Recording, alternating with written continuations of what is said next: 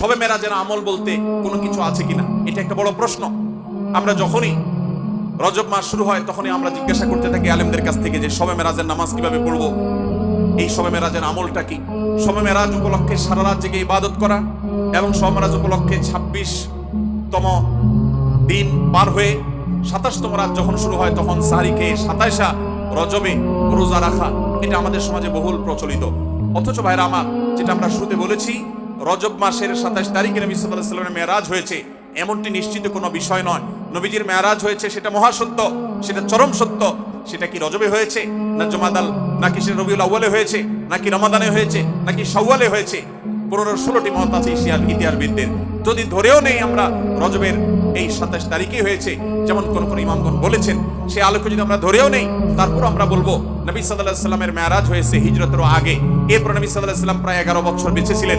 এই পুরো সময় জুড়ে কখনো তিনি মেরাজ দিবস, মেরাজ রজনী উদযাপন এটা তিনি কখনো করেছেন বলে কোনো জাল বা জয়ীফ হাদিসে পর্যন্ত বর্ণিত হয়নি। বিধায় মেরাজের এই ঘটনার পুনরাবৃত্তি বা এই ইতিহাস, ওই তারিখটার পুনরাবৃত্তিকে আপনার কেন্দ্র করে প্রতি বছর একটা বিশেষ দিনকে শবে মেরাজ উদযাপন করা, রাতভর বিশেষভাবে ইবাদত করা, দিনভর বিশেষ গুরুত্ব দিয়ে রোজা রাখার কথা বিশুদ্ধ কোনো হাদিস দ্বারা প্রমাণিত নয়।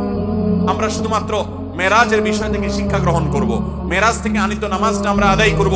এর বাইরে এই তারিখকে কেন্দ্র করে রাতভর ইবাদত আপনি অন্য সময় করতে চাইলে এই মাসেও করেন, এই রাতেও করেন, অন্য সময় নফল নামাজ পড়েন, আপনি এদিনে নফল নামাজ পড়ার নিষেধ নাই। কিন্তু মেরাজকে কেন্দ্র করে কোনো নামাজ, মেরাজকে কেন্দ্র করে কোনো রোজা, এটা কোনো বিশুদ্ধ হাদিস দ্বারা বর্ণিত হয় নাই। অনেকে এই রজব মাসে বিশেষ উমরা করেন, যেটাকে উমরায়ে রজবিয়া বলে। এটা বিশেষ ফজিলতের কথা মানুষ নিজেরা অনেকে বানিয়ে নিয়েছে, অথচ এটিও কোনো বিশুদ্ধ হাদিস দ্বারা বর্ণিত হয়নি। অনেকে 27 রজবে সালাতুর রাগায়েব নামে বিশেষ প্রক্রিয়া, বিশেষ নামাজ পড়ে, এটাও কোনো হাদিস দ্বারা বর্ণিত হয় নাই।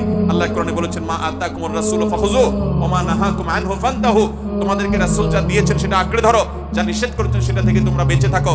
মন গড়া কোনো আমল করলে সওয়াব তো হবেই না, উল্টা বরং গুনাহ হবে। আমাদের সমাজে অনেক মানুষ আছেন যারা আজকাল এই সমস্ত কথা শুনলে বলেন যে এটা নাই সেটা নাই, কিছু লোক বাইরে হয়েছে, এটা নাই সেটা নাই শুধু বলে। ভাইরা বাবারা আমার, কোরআন এবং হাদিসে যদি থাকে আপনি 100 বার আমল করেন, আপনি একটু দেখেন, একটু যাচাই করেন, একটু চেক করেন।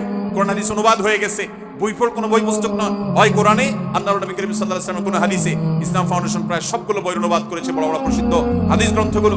আপনি চেক করে দেখেন যে মেরাজের রাতকে কেন্দ্র করে, মেরাজের দিনকে, দিবসকে কেন্দ্র করে কোনো আমল সাহাবায়ে কেরাম করেছে কিনা, নবী সাল্লাল্লাহু আলাইহি ওয়াসাল্লাম করেছে কিনা। তিনি যদি করে আপনি কেন করবেন না? আর যদি তিনি না করেন তো মনে রাখবেন, দেখতে মনে হয় নামাজ ভালো জিনিসই তো, আবার এখানে বাধা কেন? অনেকে বলেও যে রাত্রে মানুষ নামাজ পড়বে, চুরি তো করবে না, গান তো শুনবে না, তাহলে কিছু হুজুররা বাধা কেন দেয়? ভাইরা আমার, নামাজ আপনি পড়েন, এটাতে কোনো সমস্যা নেই, কিন্তু এই রাতে কোরআন হাদিসের নির্দেশ, ইসলামের নির্দেশ মনে করে যদি কোনো কাজ করেন, অথচ ইসলাম আপনাকে নির্দেশ করে নাই, তাহলে সেটা হলো মন গড়া আমল। মন গড়া আমলকে বলা হয় বিদআত, আর বিদআত হলো গোমরাহি, ভ্রষ্টতা। ওয়া কুল্লু দালালাতিন ফিন্নার, আর নবীজি বলেছেন সকল ভ্রষ্টতার ঠিকানা কোথায়? জাহান্নাম।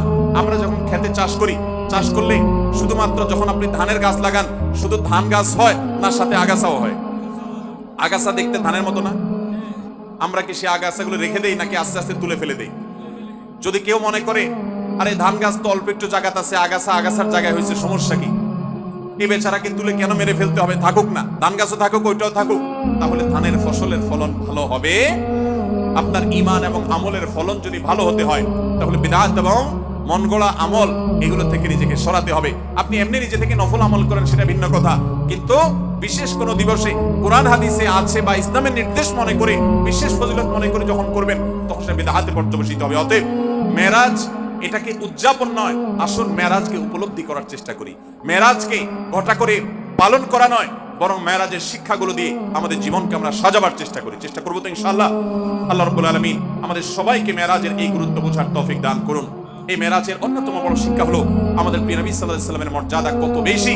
এই মেরাজ থেকে আমরা উপলব্ধি করার সুযোগ পাই, কারণ তিনি তার হাবিবকে ডেকে নিয়ে গেছেন এবং অন্য নবীদের সাথে সাক্ষাৎ করিয়েছেন, নবী এবং রাসূলদের ইমামতি করিয়েছেন। এতগুলো বিষয় দিয়ে আল্লাহ তাআলা প্রমাণ করেছেন তার হাবিবের মর্যাদা কত বেশি।